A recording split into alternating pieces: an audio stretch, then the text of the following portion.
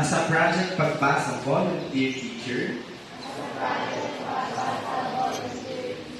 with integrity, compassion, and dedication, I pledge to inspire a love for reading, support every learner with patience, and respect, protect their rights, dignity and well-being, and uphold the values and mission of Project Pagbasa.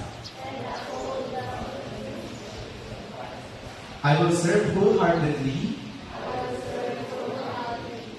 work collaboratively with my fellow volunteers, and strive to create a safe, inclusive, and positive learning environment where every child can learn, grow, and succeed. This I solemnly pledge. Ayan, yun yung thank you so much, guys. Muli,